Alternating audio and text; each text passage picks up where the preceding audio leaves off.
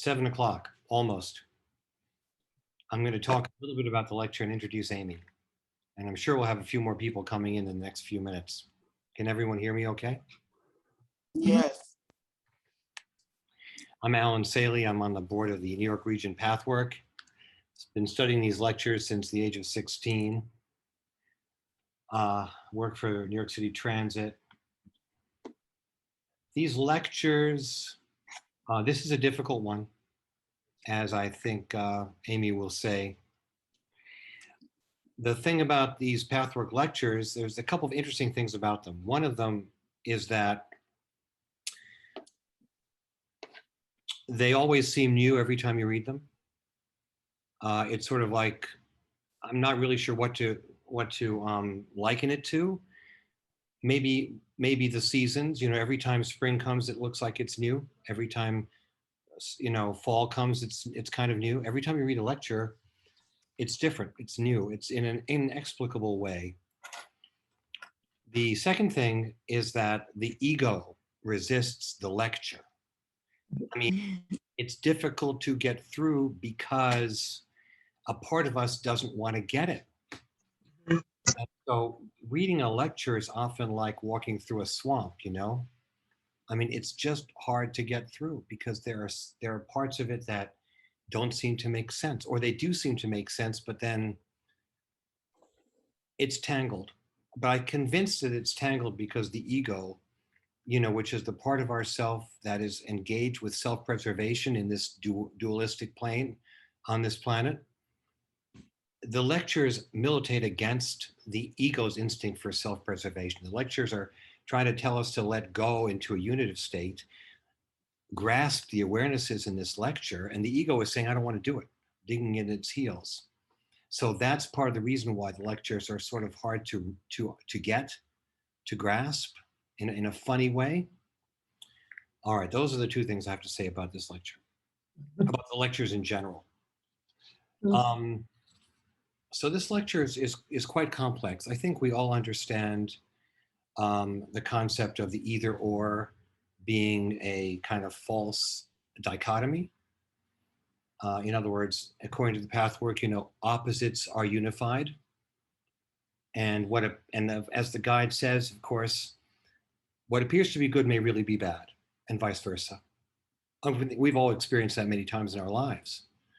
Like it's why we like stories like the guy that wins the lotto and gets $1 million. It turns out to be a disaster.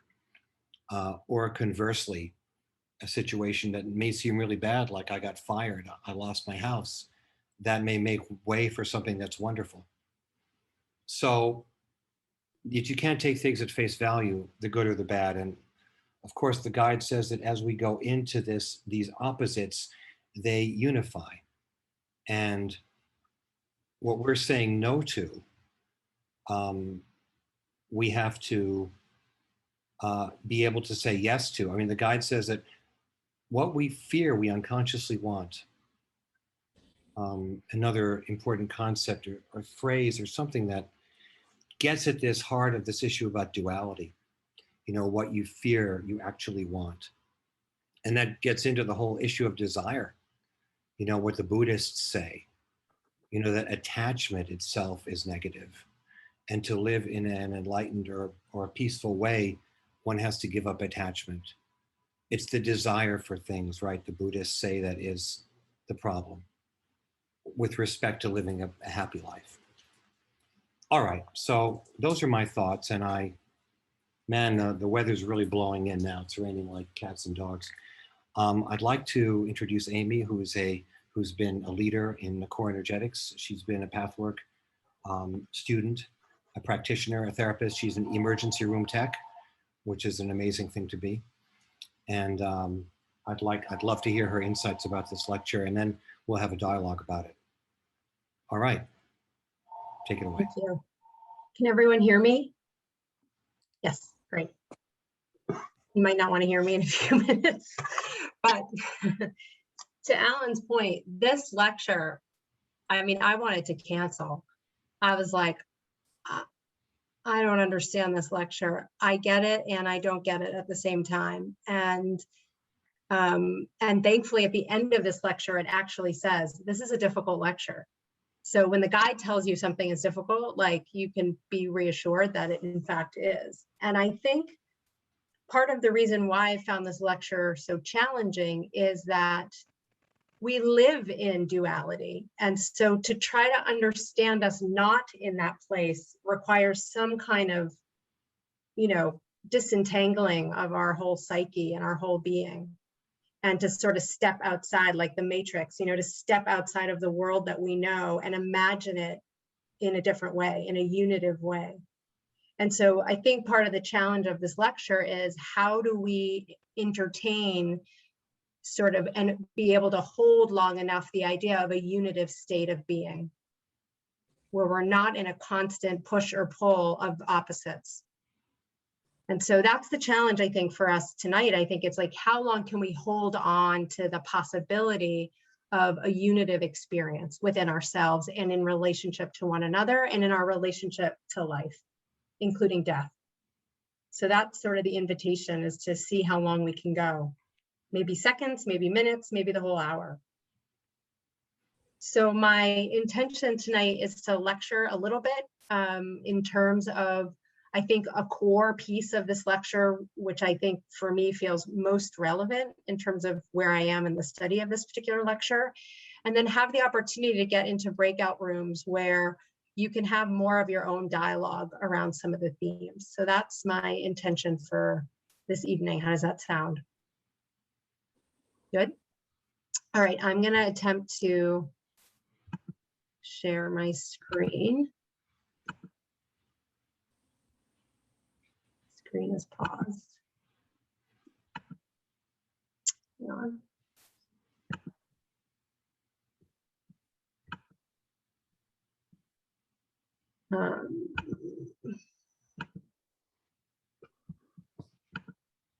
Maybe I have to make you the host, Aimee. I can do that. I think you have to, yeah. Please. Okay. Hang on. Okay.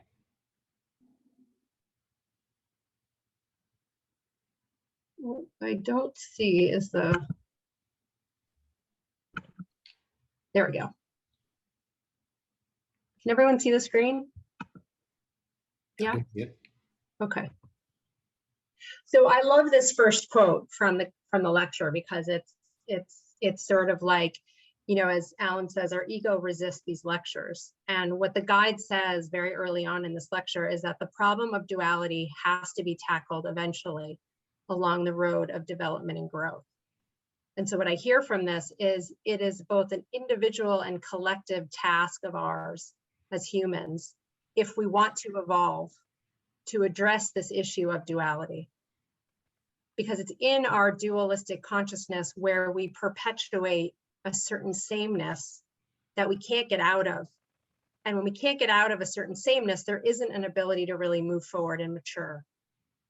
So I take this quote as sort of a mission statement, that we have to address this issue of duality and dualistic consciousness and the way that we suffer within that consciousness in order to really move forward as individuals and as an entity, as a collective.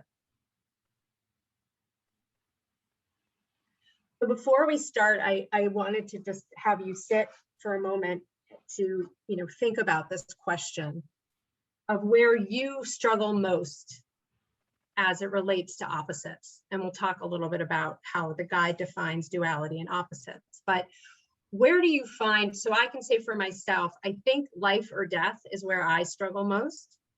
So there's a fear of death, and then it makes how I show up in life complicated because of that fear.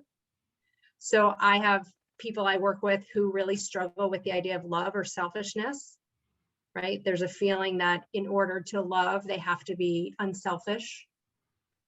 There are those who say, well, I'd like to have pleasure, but I don't have the luxury. I have to have a job. I have to make money.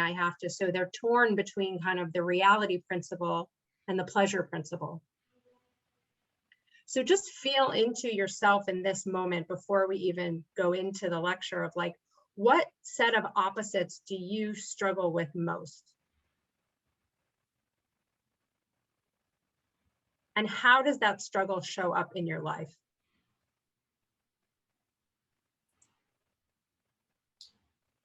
And I just want to invite maybe 1 or 2 people to just maybe just claim for themselves what that struggle might be for them.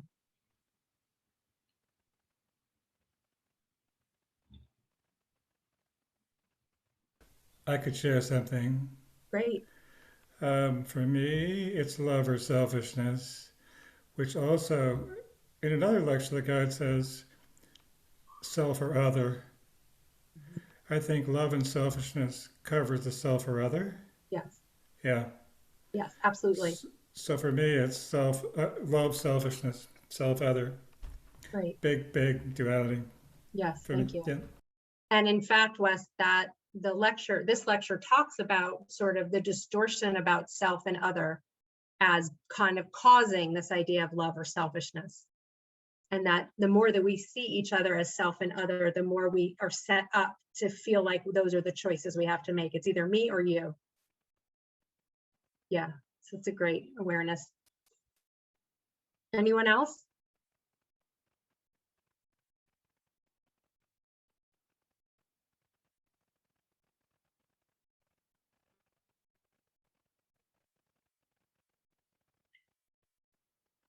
All right, well, so let's, as we go through this, and maybe you have a richer sense of what these opposites mean, it'll become clearer to you kind of where your struggle is.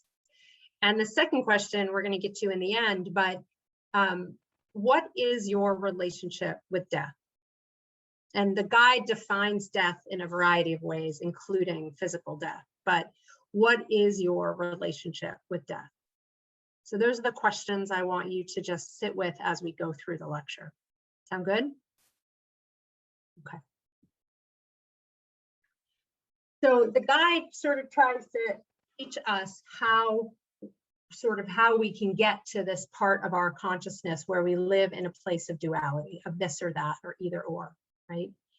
And it says that on sort of one level of our consciousness, there are our belief systems, our images, right? And as you know from the lecture, images are a set of beliefs or conclusions or generalizations we come to about life, really based on our own experience, mostly our childhood experience.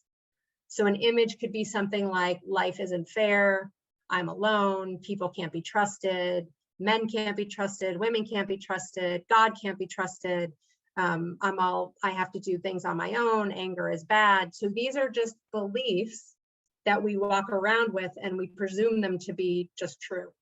And we function as if they are. So that exists on one layer of our consciousness.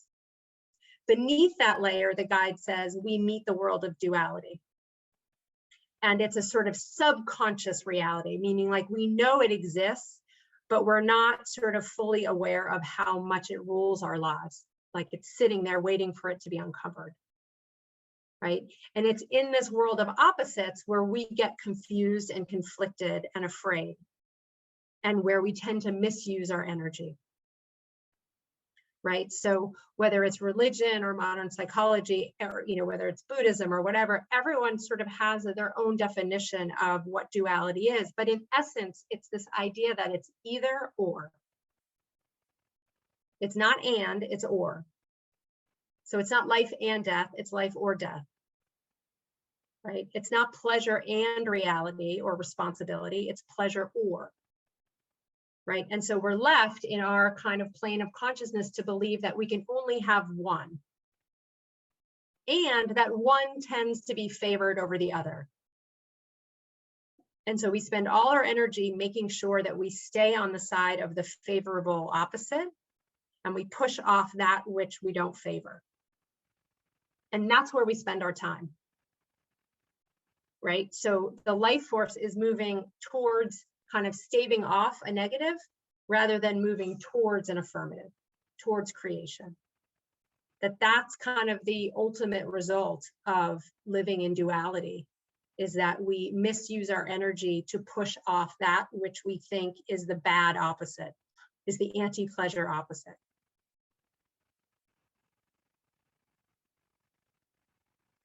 For the origins, and this is where it's sort of interesting and sort of complicated, but in this lecture, the origins of dualistic consciousness comes from this notion that we are, in essence, this unified core, right? In some ways, we come into the world, or we come into spirit, and we are this unified sense. We have this unified sense of life and bliss and peace. And maybe there's moments in your life where you have felt it. Like there's just like, I'm connected with all of you.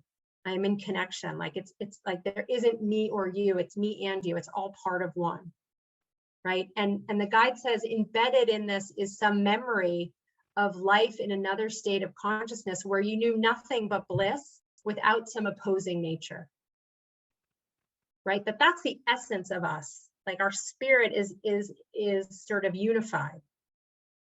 But in this reality of life on earth, like it goes to shit. Like it just, that was not in the guide, but it that life's reality on this plane of consciousness sort of breaks us off from that unification.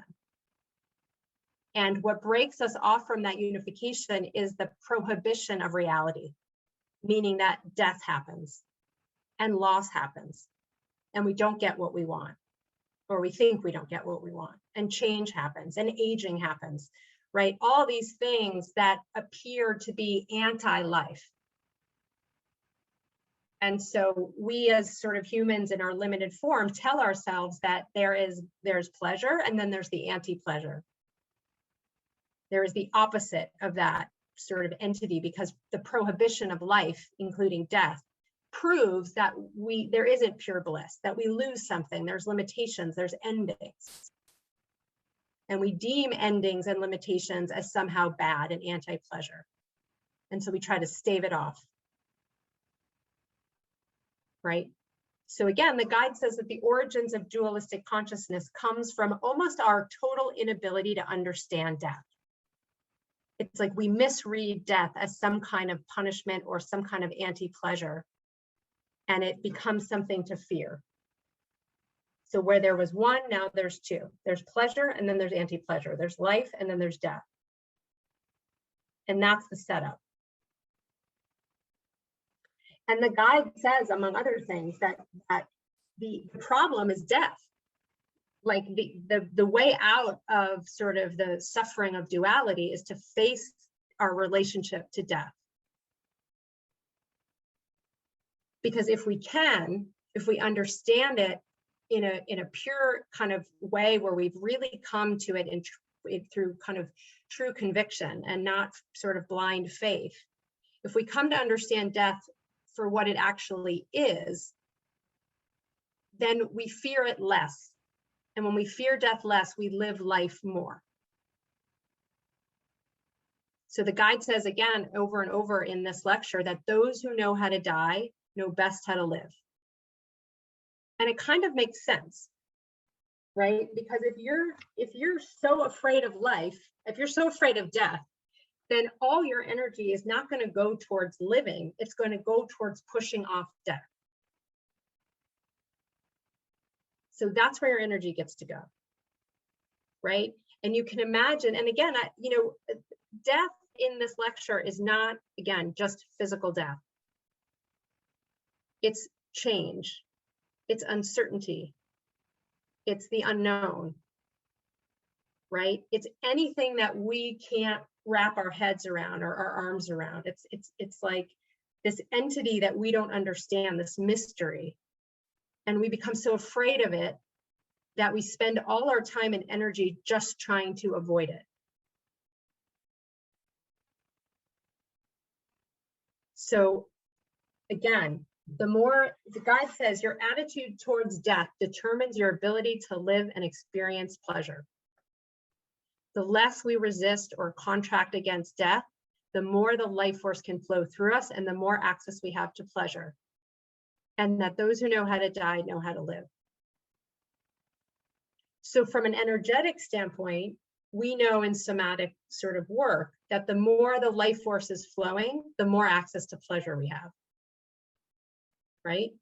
So if we are resisting the truth, which is death, then our energy is contracting and the energy isn't flowing. And when the energy isn't flowing, we don't have access to pleasure. So if you don't quite get it yet at a kind of cognitive level, think of it as an energetic level. If I contract my energy, I'm going to feel a lot less than if my energy is open.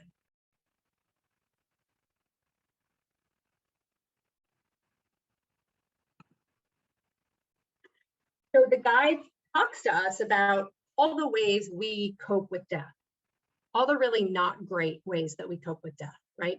And see if some of these sort of resonate with you, right? So one way we cope with death is to try to push it off, right? And we may push it off by not making decisions, because we don't have to make a decision. We don't have to feel the loss of something as we enter into another.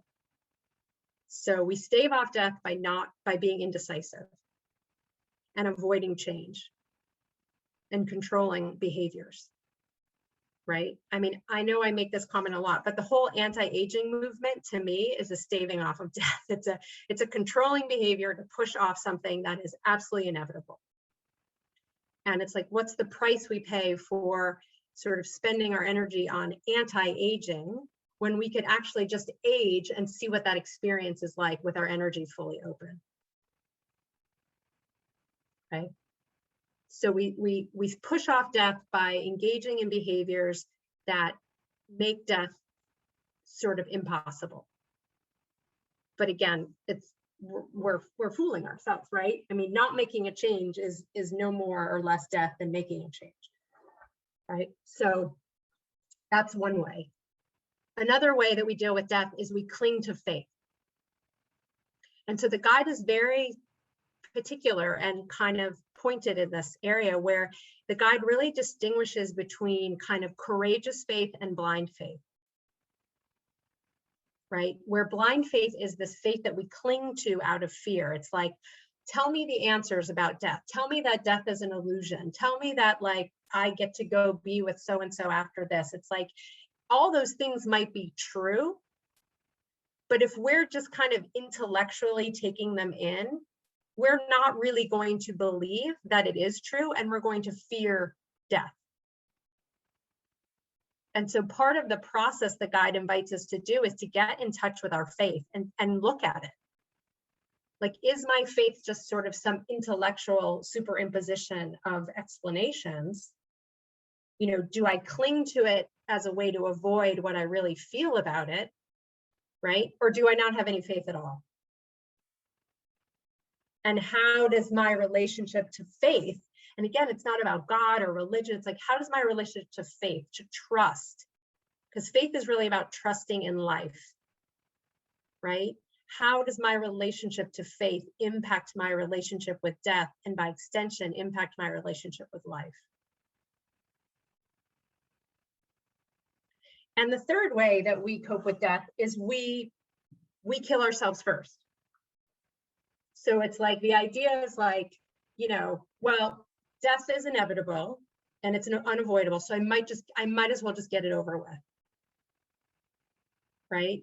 And the guide says, I don't know how I feel about this. I every time I read it, I'm like, ooh, I bristle. But the guide says suicide is an extreme version of this.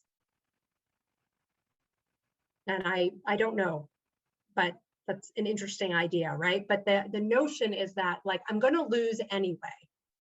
So let it be, at least be by my own hand, right? So the guide calls rushing it in. So leaning into death as a way of avoiding death, right? And I sort of said, okay, so for this person, it would be, it's not better to have loved and lost.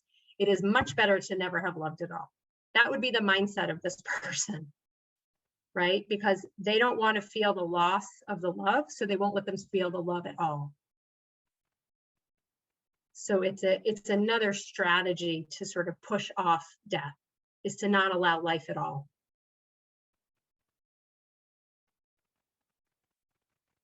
So the guide asks us to face death, like to confront it and to face it and to feel the fear and the feelings that come from death as we understand it in this plane of consciousness. Right? And the guide asks us to learn how to die each day. Right? And what does that look like? Maybe it's, you know, surrendering over your your will, or maybe it's accepting a loss, right? Or maybe it's, just instead of going in for the fight or the resistance, it's to allow something to end. Right? It's allowing the death to happen on a daily basis. It's allowing yourself to, instead of saying, oh my God, I can't sit in the unknown, part of learning to die each day is I have to sit here and be in the unknown. That's the choice. And the guide asks us to explore our beliefs and attitudes about death, change, endings, uncertainty, unknown. And this is where the work is, right? Like, what is my relationship to these things? How do I feel about change? How do I feel about endings? Do I just disappear when something ends? Do I honor something ending? Do I avoid it altogether? Do I never let things end because I don't want things to end? Right? How do I feel about physical death, whether it's my own or someone else's? And to explore kind of what your coping mechanism is. Do you avoid it? Do you cling to faith? Do you shut down your longing altogether? Because it's better to have, again, it's better to have sort of not lost and not loved at the same time. Like, what is your go-to strategy for dealing with death of any kind? And ultimately, it's like we have to honor the places in us, the lower self sort of energy that refuses to accept death, right? The energy in us that says, I won't trust, I won't accept it, I refuse, I hate it, I will kill me before you kill me, it must be my way. Like this is another layer of our consciousness that won't be an acceptance of death. Because the ego, going back to Alan's point, the ego will resist death. Because the ego thinks nothing else exists if it doesn't exist. So we have to face the terror or the excitement or the curiosity or the mistrust or the grief of death. And we don't do that very well in this culture. There are other cultures who do this really well and honor it, right? But we don't.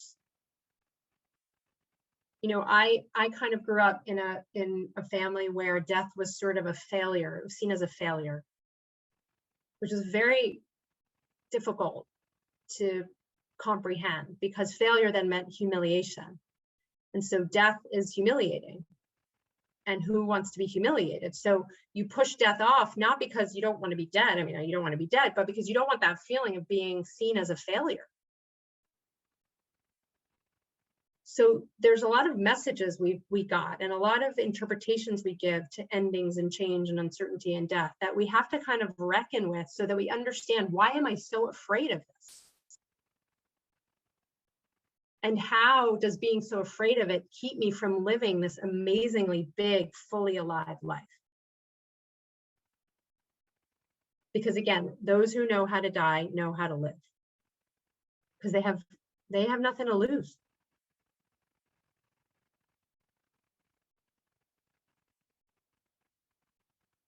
So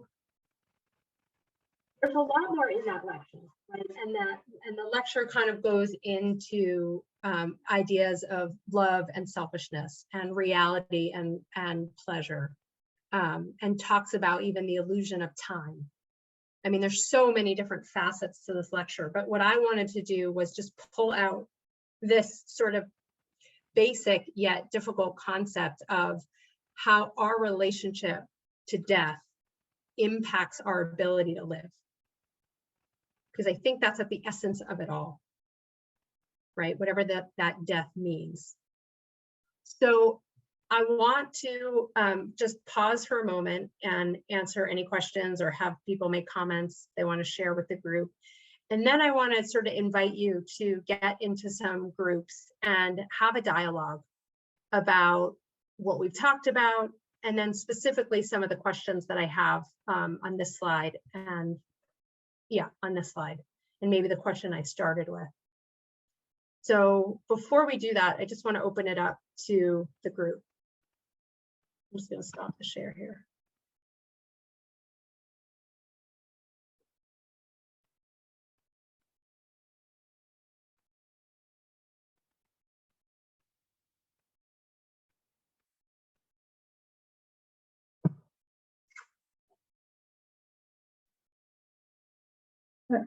I have a question. Yeah. Are you saying that life or death is kind of an umbrella of all the dualities, or it's separate? Well, so the guide would say that death, our relationship to death, is what causes all of it causes sort of much of the dualities, right?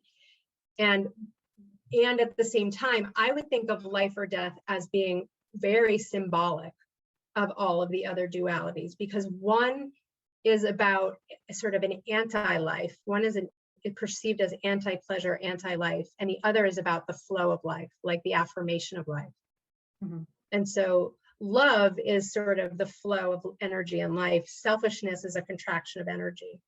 Now, again, it's in their distorted form, right? So even death is seen in its distorted form in this lecture, right? And it's on us to kind of undo that distortion. So I guess what I would say is I think it's representative of all of the dualities. Okay. That's a really good question.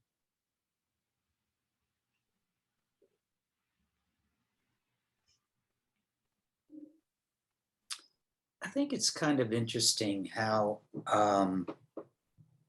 in the lectures, the guide lays down a foundation of cosmology to the degree where you would understand that through the process of endless reincarnations, that death actually is an illusion, and that everything is just your life is continually recycled in some way, shape, or form that you may not completely understand, but that death actually is an illusion.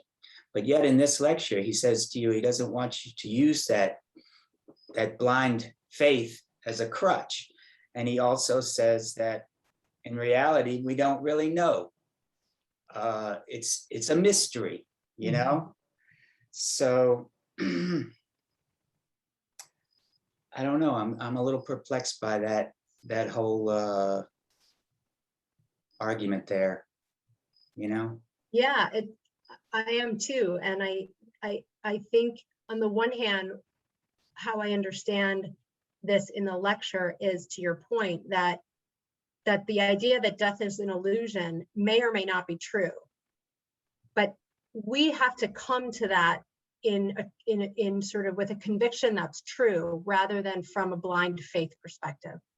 Like if we take that in as just a sort of answerable question that makes us feel better, that we're not truly sort of facing our feelings about death or coming to terms with them as we understand them. And I think that's in the lecture what it's trying to distinguish, which is don't just take sort of the gospel sort of at its word, like it's like in the 12 step, it's like come to believe in a power greater than yourself. Like come to it from within, rather than have something come towards you and just take it in because that sounds good. That makes me feel better. Yeah, that's true. And I would say from my personal experience, my closest encounter with that would be doing process work in the TP program, where you really have to face some kind of fear that feels like it could annihilate you. Yeah.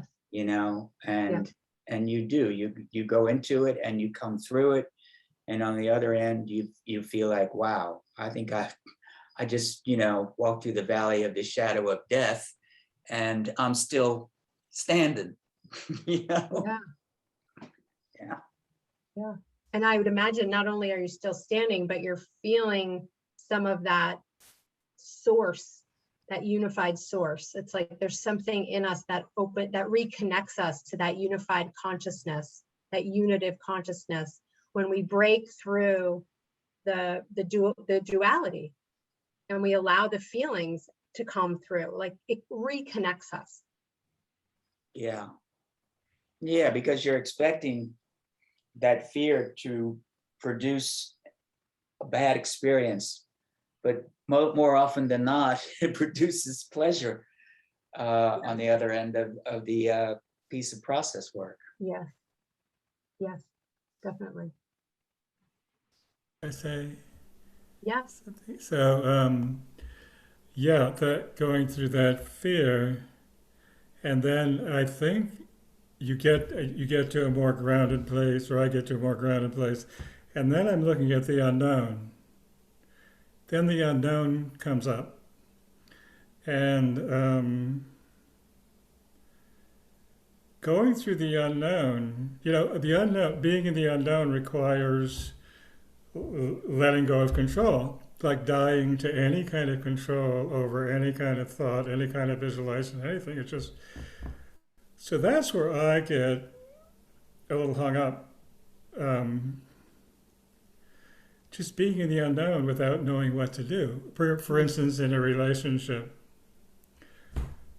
So that's for now. That's it for me to share. Yeah.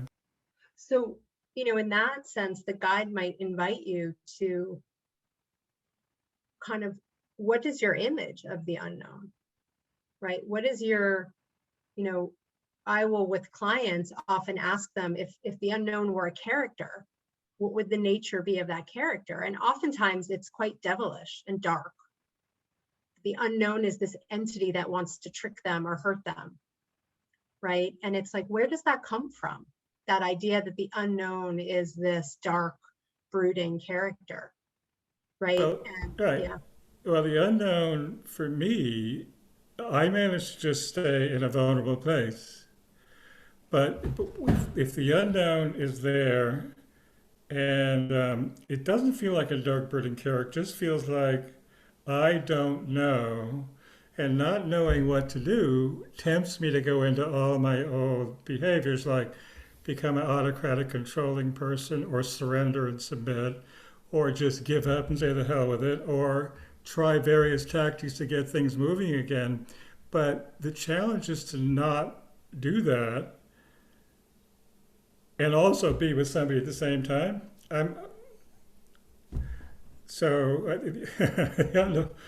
It's really a funny puzzle, the unknown right now. I mean, I can't define it. Yes. Yes. And I think on some level, it's like a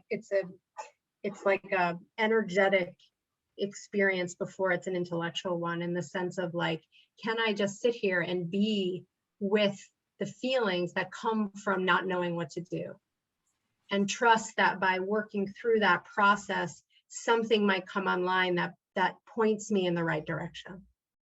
But it's that discomfort, it's that mistrust, the guide would say. It's that lower self energy that says, I don't trust the unknown. I don't trust myself. I don't trust God. I don't trust life. I have to do something about this now. Inherent in this lecture is this idea that we are walking around in this plane with so much mistrust.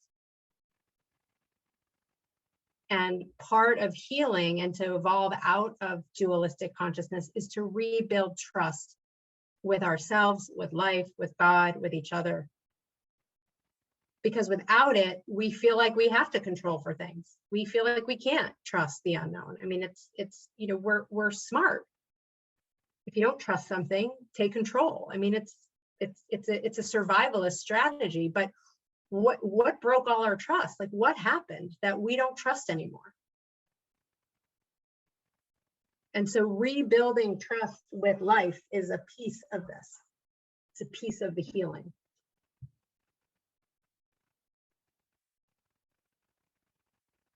Aimee, that's really interesting. By the way, I am not Sarah Atala. Most Okay. of you know Sarah. She's in another place right now, and so I'm her husband, and I'm sitting in for her and recording the audio, Cool. so I can talk to her about it. But you're alluding to the 12-step program. I suffered through the powerlessness and the coming to believe that a power greater than myself could restore me to sanity with a horrible problem with alcohol. And I came out of that problem about 38 years ago. And now I'm 82 years old, and I'm beginning to discover my lack of energy, my feeling less able to cope with life as it comes at me. And it's like another powerlessness is coming upon me.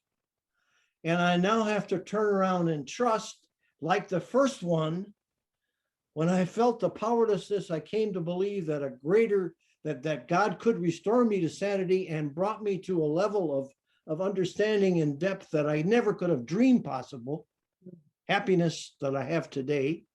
And you're alluding to the 12-step thing tells me I'm coming now into another state of powerlessness, because I don't know how much longer this is going to last. I'm 81. I've got grandchildren, the oldest of whom is 10. And I look at them and I say, how much will I be able to be a part of their life? And I have to trust that whatever there is, it's going to be okay. I don't know if I'm going to have another life later. That's another issue. What I want right now is to be happy with the life I have today. And I have to trust that it will work out that way, because God did save me from that first horrible powerlessness. And he is going to be pushing me in the right direction this time. I can't believe that that's not the case. Mm-hmm. Yeah, thank you. And I think you named something so important, which is part of what our defenses protect us from, is that feeling of powerlessness and helplessness and not having control. And again, because we deem those things to be bad. In our dualistic consciousness, if you are powerless, helpless, or out of control, it is sort of the anti-life. And it feels that way. So it's complicated, right? Because it's like, it feels awful to feel powerless or to feel helpless. And yet there's a way where when we're safe enough, when we're sort of in our adult selves and we're just suffering from our own defenses, if we're willing to feel the powerlessness and the helplessness and the terror that may come from that, again, or the excitement that could come from that, then we don't have to spend all our time pushing that off. And so that's the message of the lecture, which is like, let yourself go into the powerlessness. Let yourself go into the terror and the fear and the rage of life not going your way and being your way, including death. And as you kind of go through that lower self energy that's so outraged that life could do this to you, what you come out is on the other side of it. And it's a little bit like, okay, not my will, thy will. And there's some surrender in that opens us up to life. Yes. That first powerlessness is a model for my next powerlessness. Yes. Yeah. That's right. You learn, these are the little deaths, I suppose, and that was a big death in your case that you lived through, so to speak. When one does that over and over again, I mean, I'm kind of reminded that the guide sometimes says that the way you change is that you just get sick of being the way you are. Yeah. I'm sick and tired of being sick and tired. Got to be different. But Alan, it isn't that I lived through it. It's that I was pulled through it. I really believe that some power greater than myself pulled me through that, pushed me through it, or whatever. But it wasn't just me living through it. There was a power in my life that I didn't believe existed. But now today, looking back on it, I can say, holy shit. Oh my God, there is something out there bigger than me, can restore me to my sanity. Yes. Well, that's another thing our, exists, right? Yeah. And our fear really can make us insane. I mean, really kind of, I was telling a therapist once, I said, in the course of my day, not only do I worry about my life now, but I worry about my next life. Like, I'm anxious about my next life already. And they're like, well, that's a lot. I mean, it's so neurotic. Like, I'm already worried. What if I come back as someone I don't like? And what if it's like, it's insanity, right? And so it's like, if we can really choose to confront the fear and do it in a way that's grounded and that's kind of like doesn't become an avoidance strategy, because the guide says that self-exploration can become just as much as an avoidance strategy as not examining yourself, right? And so, you know, you don't want to become this fearless kind of like screw it all kind of that's just another version of not looking at the fear. So it's like finding an honest and healthy way and safe way to feel the fear. And part of, I think, the way we feel the fear is to express the emotion. You know, the outrage, the grief, the terror, the excitement, all of those feelings that we tend to let simmer down here. You know, if we can express those, then we can come at this in a more, what the guide says, a healthy way, a healthier way. And that's the work, right? That's where the lecture sort of ends, because it's like, okay, now go do that work. You can only talk about it so much. It's like, now let's go do that work. And so I'd love to do that a little bit right now, if you're open, in some groups. And I'm going to go back here to, how am I going to do it? Oh yeah, share screen. Can I just say one thing about that? Of course, please. Yeah. So it's also true that we're tricky enough to make it so that expressing extreme emotion of any kind, somebody went somewhere, oh yeah, okay, can be an avoidance. So the intention has to be set clearly that I want to do this expression in order to discover, you know, the truth about what's going on in my controlling place or whatever. Otherwise, I mean, I did a lot of that in the early pathwork, howling and screaming. A lot of it, what I did was blew off a lot of steam and got a lot of energy, but I did not ever get to an actual transformation. Yeah. Because I was avoiding by being extreme. Yeah, absolutely. And it's so important, because there's people who say, I do so much work on myself and it's great, but it becomes just a way to stay actually exactly where they are. And so you know when you've hit a moment where you've actually started to transform out of something and into something else, right? So here's my hope as you get into some groups. Again, one, have a dialogue about anything that has come up in this particular conversation. But here are some questions that you could share with your partner or your group that you're in, which is, what is the sort of dualistic belief I hold most? Like what sets of opposites do I struggle with most? That was sort of the first question we asked. How does it influence my behavior? And what's the impact on my life of that behavior? Right? Maybe I sit on the bench. That's all I do, is sit on the bench and watch the game. That's the impact. I never get to play. I get to watch. I don't get to play. Right? And what's the price do you pay for holding that belief? Like, how does it serve you? Like, maybe sitting on the bench keeps you safe, but the price you pay is you never get to feel what it's like to be on the field. And that maybe there's a deep longing to know what it's like to be on the field. Right? So what would I have to feel if I let go of the belief and the behavior? Like, where would it take me if I said, I'm getting off the bench and I'm going into the field? Like, what feeling would I have to feel? And if I did all of that, what do I imagine would be different? Like, if I was no longer wed by this dualistic belief of opposites, of this or that, how would my life be different? Like, what's the fantasy? So that's just a frame with which you can be in your share.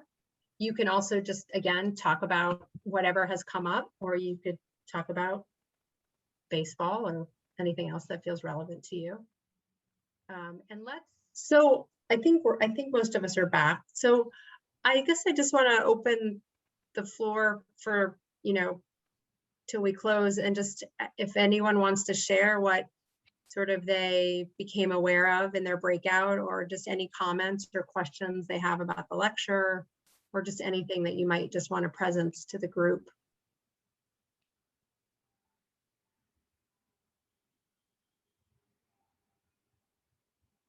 Stephen. Yes, hi, thank you. That one thing you said about sitting on the sidelines watching the game, I think it's very apropos for a large part of my life. and wishing I could get into it. And the only thing that's stopping me is me. And sitting in the sidelines, I just develop a lot of anger and envy for those playing. And of course, become very critical of them. Oh, they're not playing very well. Who would want to be part of that? When the reality is, I wish I was on that playing field. And I do get on the playing field in my own way, but it's more in a way that's solitary. It's more my way of not exposing myself to others or not keeping in touch with others, keeping on the move, moving from one place to the other, having different homes, and never really staying, having my foot in various places. So for me, that's the playing field, but it's a rather lonely, solitary playing field. Thanks, Stephen. Stephen, do you have a sense of what death it is that you fear? What death? Yeah, in the context of that, what you just said, like what would be the death for you in that?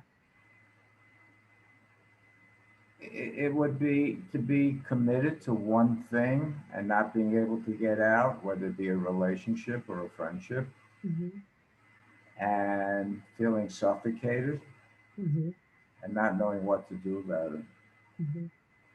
And it would be a form of death. Yes.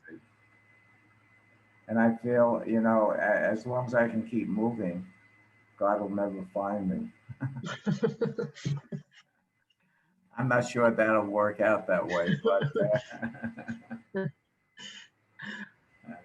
I think deep down that is my belief. Yeah. Yeah, it's interesting because there is a truth that commitment is a death. Because by choosing one thing, we are not choosing another. And there is a sort of painful reality to that. Now, in essence, the guide might say, by choosing one, you're choosing all. Like there's no, it's a false choice to choose one or the other. But there is something to be said about, you know, on this kind of human plane, we don't like opportunity costs. So we don't choose it all. Right? Because if I choose one, I'm not choosing the other. And rather than feel the loss of the other, I'll just have none of it. Right. And I think there's always a better choice. I just never chose the better one. And I'm stuck with the mediocre one. So I'll just keep being free. And as I keep being free, I'm also getting older and losing energy, which adds another layer of fear. Yeah. Getting closer to death, I guess, Stephen. Yes, getting closer to death. And even more fearful, getting closer to the inability to keep jumping around. That sooner or later, I won't be able to. And I'll need somebody to either take care of me or take care of myself or just end it somehow. Thank you, Stephen. Thank you.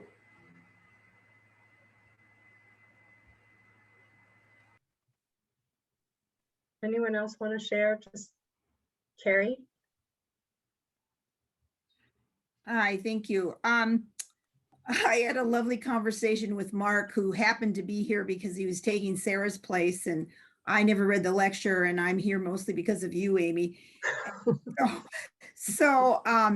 But what Mark had to say about powerlessness and I'm in a situation right now where I'm feeling very powerless in my life, and it was a great reminder of the fact that I haven't been using the tools that I've learned, and that for me, the death is control. I have to give up control, and I've kind of forgotten that, and have been, you know, trying to control things that I can't control. And I forgot that I can't control them and that I can get help somewhere else. And so it was just happened to be synchronicity that he was taking Sarah's place and I was here, and then we got put into a breakout room on top of it. So Right. You know, in my breakout room, we were talking about like giving up control, like dying over control. And one of the things we talked about is like, can you feel any excitement in the idea that you could give over control? Like there's the terror, and then there's also this energy that if you can touch into it, it's like there's freedom in it, there's excitement, there's possibility, there's hope for something else. And it's like, can we start to embody some of the excitement, if that's the right word, right? That can come from surrendering control. To be in control all the time is exhaustive on the There's system. hope. There's, if you can feel some hope that you are not in charge, that you Yes. do not have to solve this problem on Yes. your own right now. Yes. And so like, it's about kind of surrendering into that current of excitement, or that charge of energy that comes from, I'm not in control. I don't have to be in control. There's something freeing in that. And we have to learn, like our nervous system kind of has to learn to touch it a little bit and a little bit more and a little bit more, until it becomes integrated in our system as if it's, yeah, that's normal. Mhm. But we're so quick to talk about the terror of losing control that maybe if we could start to embrace the idea of the excitement of losing control. I'll give it a whirl. Yeah, exactly.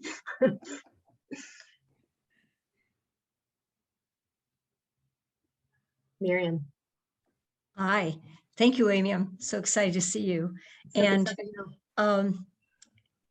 we had a mutual sharing in my breakout room, and what comes up for me is a lot of appreciation and at the connections here, because what's vital for me is being very schooled in my main personality defense, which is emotion, and as my dominant divine quality is open-heartedness and love. And so I find that when I lose connection, which I live alone, and I am getting very close to my death time. And so there is a kind of a loneliness, kind of an existential loneliness about that. Even though I know this is not my home here, I know it is in spirit, and I'm doing my best to fully be Marian, and it's not easy.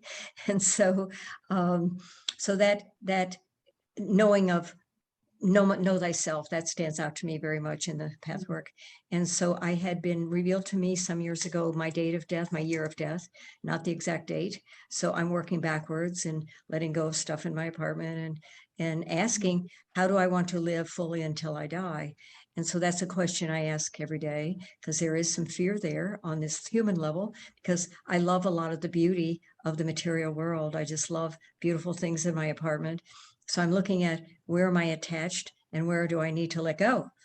And so and the other thing I wanted to mention in the lectures, which I always appreciate, there's always a segue into another lecture. And this one at the end of it, the guide's talking about the abyss. And the abyss of illusion is absolutely vital as segueing from this into abyss of illusion. And so I know I'll pick that lecture out next and get immersed in that. So thank you. Thank you very much, everyone. Yeah, thank you.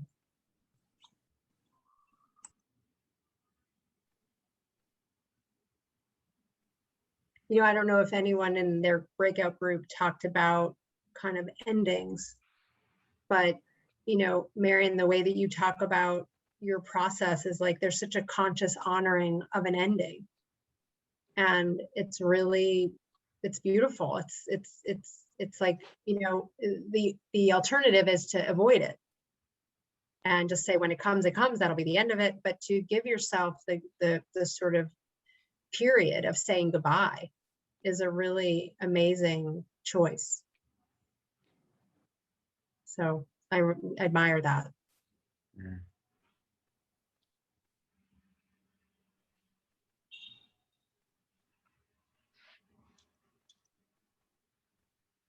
Anyone else? Oh, someone's raising their hand, but I don't know what to do when someone raises their hand. Yeah, that's me. Okay. I'm just reconfirming how lovely that idea is, that consciousness of honoring the ending, and it can be done in small steps. It just came to me then that if change is needed, then honoring that moment of change before bravery strikes and the excitement of going into something new and yeah, that's what I got from that delightful moment. Yeah, thank you. I agree.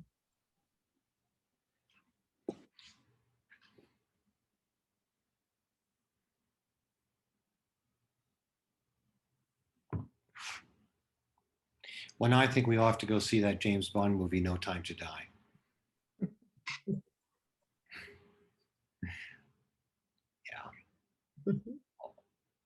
You know, that this lecture also ties into, I think it's lecture 175, which is the, you know, the great transition in human development from, you know, ego consciousness to the unitive state. And it makes sense that this lecture ties into that one, because it's the same message, which is, you know, so long as we deem ourselves separate, and so long as we deem ourselves our ego only, we will fear surrender, including death, because the ego thinks it's all it is, right? And so the more that we're able to tap into kind of the unitive state, even through things like tonight where we're in connection, it's like the more able we are to say, oh, you know what, the ego isn't in distinct contrast or conflict with the unitive state. It partners with it. Like, I bring who I am as an entity to this group, and then I'm in connection with you as me. Doesn't mean I'm separate from you. It just means I'm me and I'm in connection with you. And so there's something really beautiful about all these lectures, the illusion and the transition and the conflict. It's all related, about moving away from this notion of me or you or life or death or this or that, and into the state of it's all of it. It's all of it. Right? And what would it be like if we lived in a world where it's like we embrace all rather than either or? Well, the guide in some lecture says that if only 5% of the people on the earth would really pursue a path of self-facing, there would be no war. Oh, well, we must be at negative 6% or something. A long way to go. Well, there we go. That's a good goal. So, hello, I got to, so I've been working with not knowing recently in my process. And in the breakout, I realized, I mean, I think I really am inhabiting not knowing at times and relaxing into that and having that be true. But I also noticed that I've got it, if I get the not knowing right, then I'm going to get what I want. So that thought slips in. So I'm trying to get the not knowing right in order to get what I want. So that's a thought that I clearly have to die to. Another thought was that not knowing to me feels vulnerable, probably because of my history. It feels vulnerable, and I think that I've got to get it right, otherwise I'm going to be criticized severely. So that's another thought I have to die to in order to truly go into the not knowing and be open to what comes, you know, just really open to what comes and what is there to see and be with, simply put. Yeah. Thank you. In the second half of lecture 210, the guide describes what the physical, mental, and emotional manifestations of being in a unitive state would actually look like. And so if you want, read at your own risk, because I'm telling you, if you read the second half of 210, you're going to be like, oh no, I'm like so far away from that, you know? But I thought that was it. Where is it? 210? Second half, the second half of 210. Yeah. He'll tell you what happens to you physically, emotionally, and mentally when you enter into a unitive state. You know, what's sort of refreshing that the guide says is that, you know, each iteration lends us another opportunity to evolve. And so we may not, and will probably not, perfect a unitive consciousness in one lifetime. And that what we can hope for is to keep touching it, is to have moments in our life where we touch it and the longing to go back to it grows. And so we go back to it more and we go back to it more. And that's in some ways the best we can hope for, and that ain't so bad. So it's like, look for those moments, or sort of allow for those moments of a unitive experience, and just allow yourself to be in it, however long it lasts for, right? So when we started this conversation, my invitation to you was, see how long you can stay in some kind of unitive experience. And, you or any of us may or may not have been paying attention to that, but I would imagine there were these moments tonight where you felt it and then you pulled yourself out or you got taken out somehow, right? There was a feeling and then it was like, oh, I don't like that feeling, I'm out. Or there was a feeling and it was someone else said something and you're out, right? And it's like the aim for us isn't necessarily to have this embodied full experience all the time, maybe, but it's to touch this unitive state as many times as we can in this lifetime. Yeah, I totally agree with that. I mean, sometimes the metaphor is like it's a pearl necklace, and every pearl is a moment where you can feel that. And somehow the objective is to have more pearls on the necklace or to feel Yes. the whole thing becomes one. I just thought like in religion, like in the Jewish faith, when everybody touches the scrolls, the Torah, when it goes down the aisle. And in the Christian faith, when people take communion, there's like a moment there, boom, you're bigger than yourself. And I suppose there are moments like that probably in the Muslim faith as well, other faiths where moments are like, here I am, I'm unified. And Yes. then, right? Yes. 5 times a day. 5 times a day. Yeah. Yeah. That's right. I work for transit.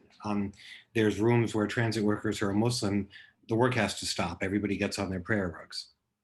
So that's, 5 times a day. That's right. And we can experience it, I experience it at football games. I experience it when I'm in a crowd of people who are all sort of alive in the cheering and the competitiveness and the sportsmanship. It's like you feel the aliveness, the connectiveness in it, and we can feel it in all these different places, right? They don't have to be necessarily religious experiences. They're just in moments of connection where we surrender over some demand that life be our way. And when we do that, we can be in whatever that authentic connection is. And in that place, we get to touch kind of the unitive state. Right. However long it lasts for. Well, like what you said before, not my will, but thy will. Yes. And the guide always says, you will get fulfillment, but it may not be in the way that your ego thinks you're going to. Yes. Yes. And if you die to the ego, if you let that unitive state blossom, then you do get what you need. Yes. But the rock song goes, I mean, Yes. I get what you want, but you get what you need. Yeah. Oftentimes you find it was already there, Right. Just not in the form you were demanding it be in. That's right. So it could be the case that being in a space of not knowing, fully entering a space of not knowing, would also be entering a unitive state. Could be, right? I mean, because that's the truth. I mean, if that's the truth of the moment, and you would join with others in a space of not knowing, that could be a unitive state, eh? I mean, maybe. Well, I think one way to experiment with that would be, for each of you to think of a situation that you're trying to control for. And the ways you think that if you controlled for it, it would end the way you would want it to end, or it would be the way you would want it to be, right? And then sit with the energy of, I don't know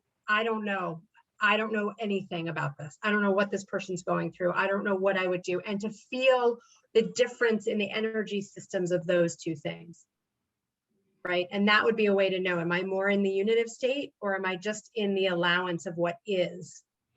So I would test it out. Like, what's the energy of the controlling behavior versus the energy of kind of the surrender? Feel into what those feel like.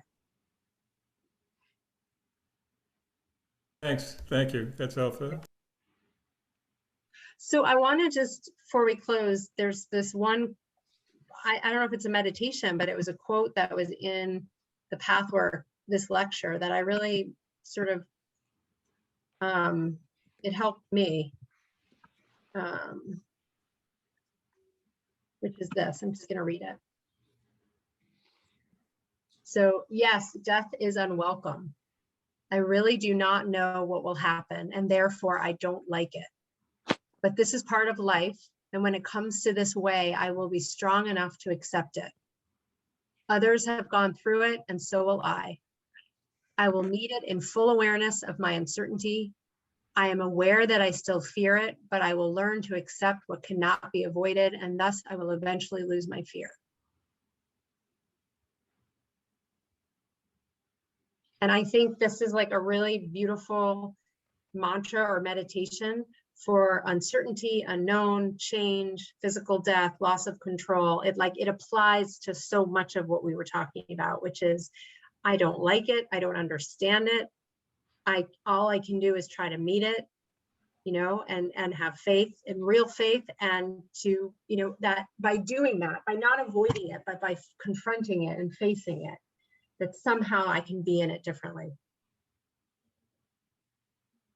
And so I really encourage you, if this calls to you, like, take a picture of it, write it down, read it in the lecture, and sit with it as a prayer.